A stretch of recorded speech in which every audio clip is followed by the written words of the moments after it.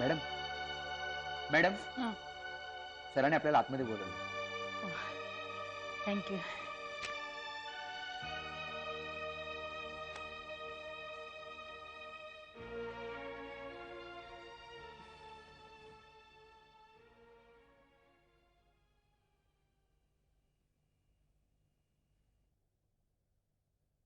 हो हो, मी बघतो तुमच्या कामाचं काय करायचं ते. पुढच्या आठवड्यात मला फोन करा. मे आय कम इन सर? हो please please come in. Thank you.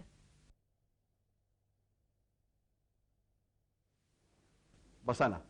Thank you sir. तुम्हाला बराच वेळ वाट तर नाही ना पाहावी लागली? 17 मिनिटं. नाही म्हणजे मी दिलेल्या वेळेपेक्षा जरा 5 मिनिटं आधी आले. म्हणजे खरं सांगायचं तर मला फक्त 12 मिनिटंच वाट बघायला लागली.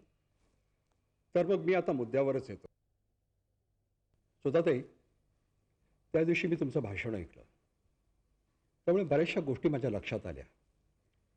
त्यातली पहिली गोष्ट म्हणजे या क्षेत्रात तुम्ही 20-22 वर्ष काम करताय. 2, या क्षेत्राबद्दल तुम्हाला प्रचंड आत्मीयता आणि प्रेम आहे.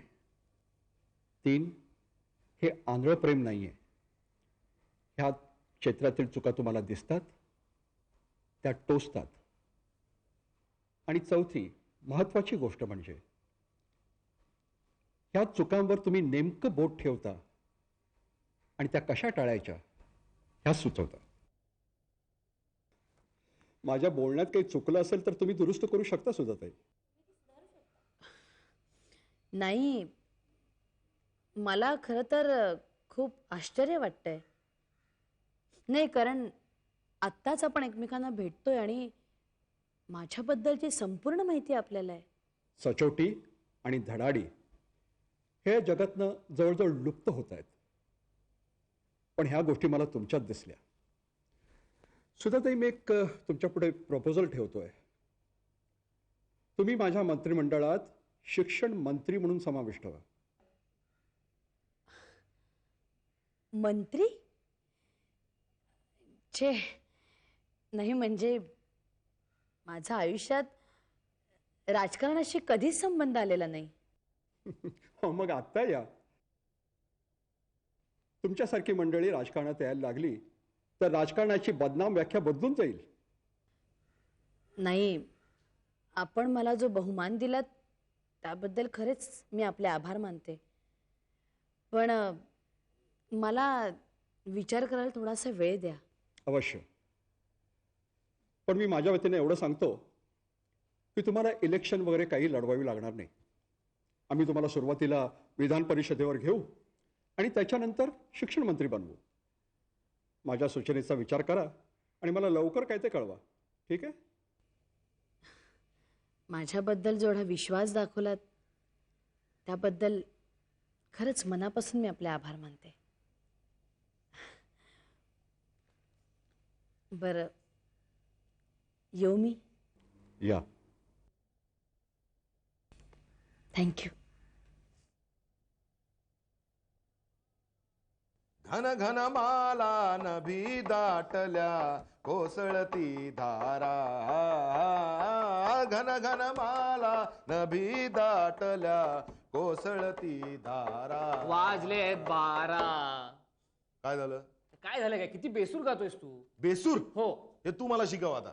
हे बापाला शिकवायचं नाही. कॉलेजच्या जमान्यापासून मन्नाड्याची गाणी म्हणतोय, हा मला सांगतो बेसूर. हे बघ, एक काय न्यूज काय? एवढा खुशीत काय आहेस तू? एक मिनिट पटकन चहा आण ना. चालेल. ए थांब का जरा. अरे विचारलं गुड न्यूज काय ती तर ऐक ना. हा, सांग. मी मास्तरणीला सीएम साहेबांच्याकडे घेऊन गेलो होतो, तेव्हा सीएम साहेबांनी तिला काय विचारलं माहितीये का? काय? मॅडम तुम्ही शिक्षण मंत्री होणार का? काय सांगताय का? येस. Good opportunity. मग? काय म्हणाले मग मॅडम? मॅडम काहीच म्हणाले नाही. हे सगळं ठीक आहे रे, पण व्यवहाराचं काय? म्हणजे अरे गाडीचे पैसे दे, बँकेत टाकायचे. उलटे आताची कानाखाली खेची नाही. अरे गाडी हवेवर नाही पेट्रोलवर चालते. तू आता हवेत उडू नकोस. मास्तरणीकडनं आणि मी पैसे घेणार. काहीतरी काय बावळटासारखं बडबडतोय. करेक्ट आहे की नाही सांग मला तू. करेक्ट आहे. मग आता करेक्ट 2 कप चहा घेऊन ये. ओके. ए हळू हळू हळू हळू. हो हो. घन घन माला नभी दाटल्या कोसळती दारा एका रवकरी मोर काननी उभवून येऊन. कर बाबा हिशोब कर.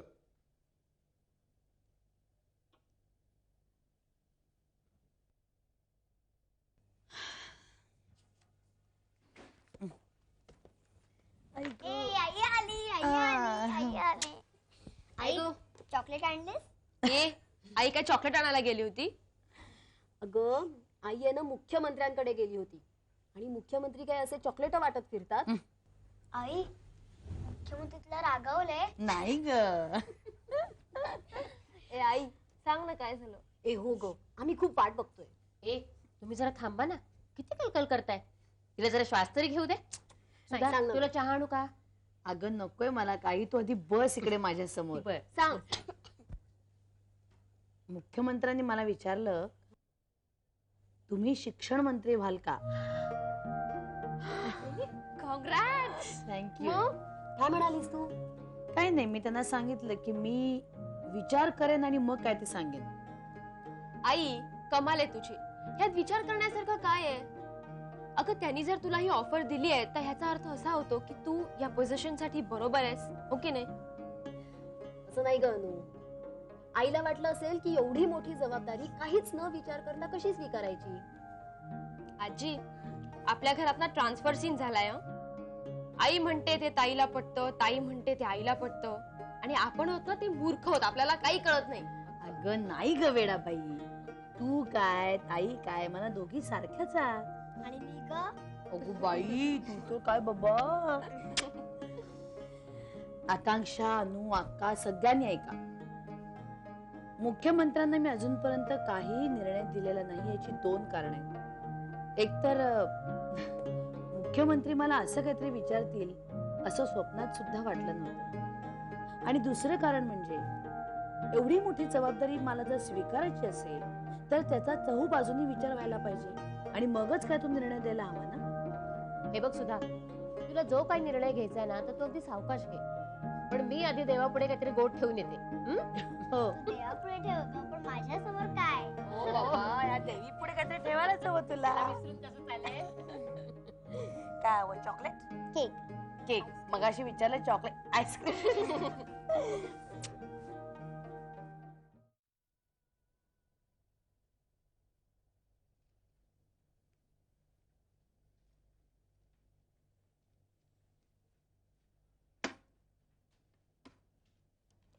हॅलो. हो हो सुधा जोशींचंच घर आहे. मॅडम मॅडम घरात नाही आहेत, दौऱ्यावर गेलेत. हो हो उद्या सकाळी येतील. पण त्यांना आल्यानंतर एका शिबिराच्या उद्घाटनाला जायचं आहे. त्यानंतर मला वाटतं हो दिल्लीला जायचं आहे त्यांना. बरोबर. तुम्ही असं करा ना, मला सांगा ना तुमचं काय काम आहे. हो हो हो मी घालीन त्यांच्या कानावर. हो ठेवू मग. बर. आजी छान ऍक्टिंग करतेस ना तू. आता बघ सगळे येतील तुझ्याकडे. आजी प्लीज जरा माझं एवढं काम करा ना. या फॉर्मवर ना सही आणायची. ही चिठ्ठी आहे ना ती मॅडमना द्यायची आहे. द्याल ना? अनु ही चिठ्ठी मी घेऊन गेले ना आईकडे तुझ्या, तर त्या चिठ्ठी सकट मला ती घराबाहेर काढेल. का? का काय आईचा स्वभाव माहित नाही का तुला? पण काही म्हणू हा, आईचं मला काही खरं दिसत नाहीये. का? म्हणजे मुख्य काम बाजूलाच राहील, ही नसती कामं गाण्यात घेणार आहे ती. ए आजी आई मिनिस्टर झाली की तिला ती लाल दिव्याची गाडी मिळेल नाही? हो मग ना तू मी ताई आणि अक्षता आपण भेळपुरी खायला जाऊया जुहू बीचवर. अशी लाल दिव्याची गाडी येईल. मग लोक म्हणतील बघा बघा बघा VIP आलेत. गडबड गोंधळ मारामारी पोलीस येतील आणि मग आपण रुबाबात त्या गाडीतनं उतरू. काय? मॅडम तो रुबाब इथेच ठेवा. तुला काय वाटलं चौपाटीवर भेळपुरी खायला जायला आई काय लाल दिव्याची गाडी देणार आहे तुला? विसर. सरकारी गाडी फक्त सरकारी कामासाठी वापरायची. हे बरं या म्हणजे आम्ही काय बसने फिरायचं आणि तू काय रिक्षाने जाणार मार्केटमध्ये? अनु तुमचं काय ते तुम्ही बघा, पण मला काही आता कुठे जायला लागणार नाही. का? अगं मंत्री झाली आई की नोकर माणसं आली घरी, मग सगळं काय ते मला इथे बसल्या मिळेल, मला कुठेही जायला नको. वा आजी, आई अजून मंत्री झाली नाही आणि तुला मस्त चोरवाटा सुचतायत. अगं त्यासाठी तुमच्यासारखं कॉलेजात जायला लागत नाही. माझे केस पांढरे झाले ते उगीच झाले. आता तर तुमचा भाई शेलार, तो मंत्री नसूनचा कसा वागतो सगळं कळतं. त्यासाठी पेपर वाचायला लागत नाही. काय माहितीये, तुमच्यापेक्षा मी जास्त उन्हाळे पावसाळे बघितलेत. एका स्वातंत्र्य सैनिकाची बायको आहे मी. तोंड मिटून संसार केला असला ना तरी कान आणि डोळे माझे उघडे होते. आजी यू आर ग्रेट. हा ताई, तू ना हिचा इंटरव्ह्यू घेऊनच टाक खरंच. हो, आजीच्या कॅरेक्टरवर पण एक मस्त फिल्म होईल ना. मला असं वाटतं की आईचं आयुष्य जास्त इंटरेस्टिंग आहे. एक साधी सरळ मिडल क्लास फॅमिलीतली बाई प्रिन्सिपल होते, शिक्षण मंत्री होते. इंटरेस्टिंग ना. आई म्हणून मी रिस्पेक्ट देते तिला, पण प्रिन्सिपल म्हणून किंवा शिक्षण मंत्री म्हणून माझे मत वेगळे. ताई, बरं झालं तू बोललीस. तुझी आईवर टीका करतेस ना, ती मला पटत नाही. अनु, तू बोललीस ते पण बरंच होतं. नाही, मला बोलायचं होतं पण मी बोलले नाही. कारण मी बोलले असते तर माझी मतं जुनाट, म्हणून माझी तुम्ही टिंगल केली असती. पण आपण घरातल्यांनी जर आईवर टीका केली तर बाहेरचे लोक काय म्हणतील? घरातलेच बोलतायत, बाहेरच्यानं बोलायला काय? आजी, प्रिन्सिपल सुधा जोशी ही एक वेगळी आयडेंटिटी आहे. प्रिन्सिपल म्हणून ती जे काही निर्णय घेते त्यावर माझं एक स्वतंत्र मत असतं आणि ते मी मांडते. आणि आजी, मी ज्या ज्या माणसांबद्दल लिहिते ते कोणा ना कोणाचे तरी आई बाबा किंवा भाऊ बहीण असतातच ना. जर्नलिझम करताना हे सगळे नातीगोती येत नाहीत. आजी बघ, जर्नलिस्ट जागा झाला. आपण बघूया हा निर्भयपणा, सडेतोडपणा किती दिवस टिकतो. आई बोलत नाहीये म्हणून, नाहीतर. अनु प्लीज समजून घे ना जरा. ए, तिला का म्हणून? मला पण समजून सांग ना, मला काय कळत नाहीये का? आजी बघ, मला आईला एवढंच सांगायचंय की तू आधी स्वतःच्या कॉलेजला सांभाळ. कॉलेजमध्ये हिंसाचार, भ्रष्टाचार होते ते आधी सावर. कॉलेजच्या आवारात खुनापर्यंत गोष्ट पोचली आणि तू काय समाजाला शिकवणार? आणि आजी, हे मी सगळं बिंदास सरळ मांडते ना पेपरात, त्यात सुद्धा आईचाच मोठेपणा दिसतो. मुलींना दिलेलं मतस्वातंत्र्य, त्यात सुद्धा आईचाच मोठेपणा दिसतो. आणि मी सरळ लिहिते आणि ते आई अगदी खेळाडूपणे स्वीकारते. मला नाही पटत. एक मिनिट, मला वाटतं हा विषय न संपणार आहे, त्यामुळे याच्यावर वाद घालणं आता बंद. कळलं? आणि आता आपल्या घरातले मुख्यमंत्री याची वेळ झाली आहे, त्यामुळे त्यांच्या खाण्यापिण्याची काहीतरी सोय करायला हवी ना. तेव्हा मला मदत करायला चला.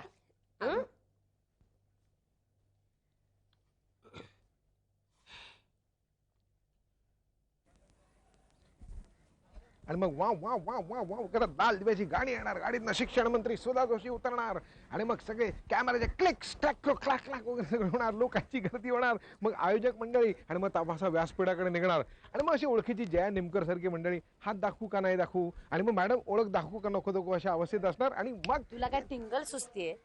अगं टिंगल नाही, मी खरं ते सांगतोय. मंत्री झाल्यानंतर प्रत्येकाला हे असंच करायला लागतं, कोणाची सुटका नसते त्याच्यामधनं. तुला माहितीये का, सगळं आयुष्य संपतं तुमचं. तुमचा पीए ठरवतो तुम्ही कधी उठायचं, तुम्ही कधी झोपायचं, तुम्ही कोणाला भेटायचं, तुम्ही कधी भेटायचं, तुम्ही कसं जेवायचं, तुम्ही काय जेवायचं. मग प्रेस कॉन्फरन्स, मीटिंग, जेवणावळी, आरजव, विनंत्या, मागणी, सगळं अरे सगळं. हो हो, पण हे सगळं मंत्री झाल्यावर ना. मला मंत्रीच व्हायचं नाहीये. मला एक कळत नाही, जया एवढी दिग्गज मंडळी असताना मुख्यमंत्र्यांनी मलाच का विचारलं मंत्री होण्याबद्दल? यात काही राजकारण तर नसेल?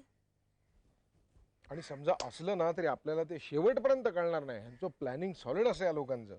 नाही नाही, त्यापेक्षा नकोच ते. मी सरळ माझा नकार कळवून टाकते, कारण मला काही राजकारण खेळता येत नाही, मला खोटं बोलता येत नाही. माझ्या मनात जे असतं ते माझ्या चेहऱ्यावरती दिसतं. मी फाडफाड बोलणारी बाई आहे, मी चक्क नाही हो म्हणून हो हो हो हो, एवढा तडकाफडकी निर्णय घ्यायची काही गरज नाही.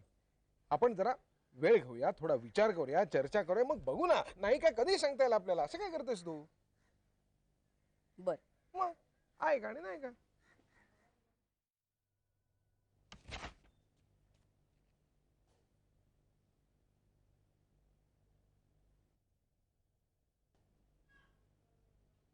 नमस्कार मॅडम, येऊ का?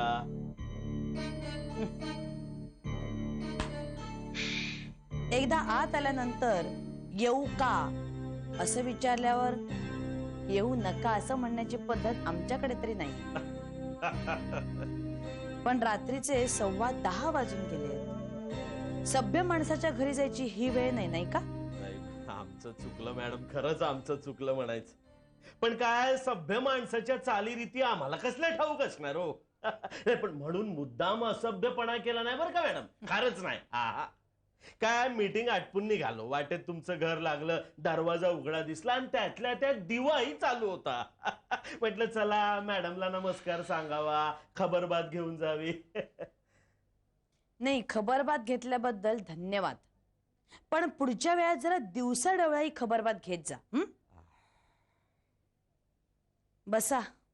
तुम्ही बसा ना, बसा.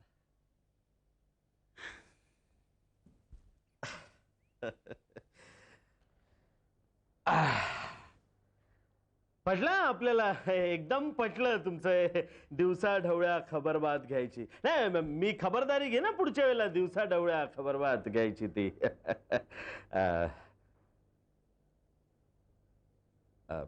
आणखी एक विचारायचं होतं, विचारू का? विचारा.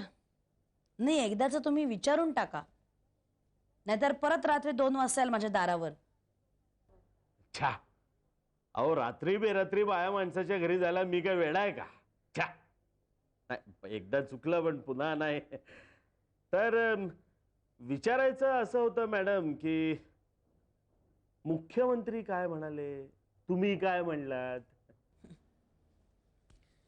मुख्यमंत्री म्हणाले की तुम्ही जो विषय निवडलात तो मला खूप आवडला, तुम्ही खूप छान बोललात. मग मुख्यमंत्र्यांनी माझं अभिनंदन केलं, मी त्यांना थँक्यू म्हणाले, झालं. मग मी त्यांच्याबरोबर चहा प्यायले, इकडच्या तिकडच्या गप्पा मारल्या आणि निघून आले. इकडचं तिकडचं म्हणजे? नाही, म्हणजे गावातल्या कॉलेजातल्या काही मारामाऱ्यांविषयी काही बोलणं झालं? हे बघा, मी मुख्यमंत्र्यांना भेटायला गेले होते, कुणा मैत्रिणीकडे शिवप्याच्या गप्पा मारायला गेले नव्हते. तसं नाही हो, गप्पा म्हणजे तशा गप्पा नाही म्हणत आहे मी. पण काय आहे की तुमच्या भाषणाचा विषय होता कॉलेजातल्या मारामाऱ्या, असलंच काहीतरी होतं ना. तर म्हणलं गावातल्या मारामाऱ्या संबंधी काही बोलणं झालं का? नाही, हा विषय नाही निघाला. चांगलं झालं. नाही, बरंच झालं हा विषय निघाला नाही ते. पण म्हणजे विशेष असं काही झालं नाही म्हणायचं. नाही, विशेष काही नाही झालं. हा, पण निघता निघता मुख्यमंत्र्यांनी मला विचारलं, तुम्ही शिक्षण मंत्री व्हायला तयार आहात का? हायला, म्हणजे सॉलिडच प्रश्न टाकला म्हणायचं की. तुम्ही काय उत्तर दिलं? नाही, अजून तरी माझं उत्तर ठरलेलं नाहीये, पण ठरलं ना की पहिल्यांदा मी तुम्हालाच कळवेन. पण नक्की कळवा मॅडम, नक्की. बरं, येतो मी. नमस्कार.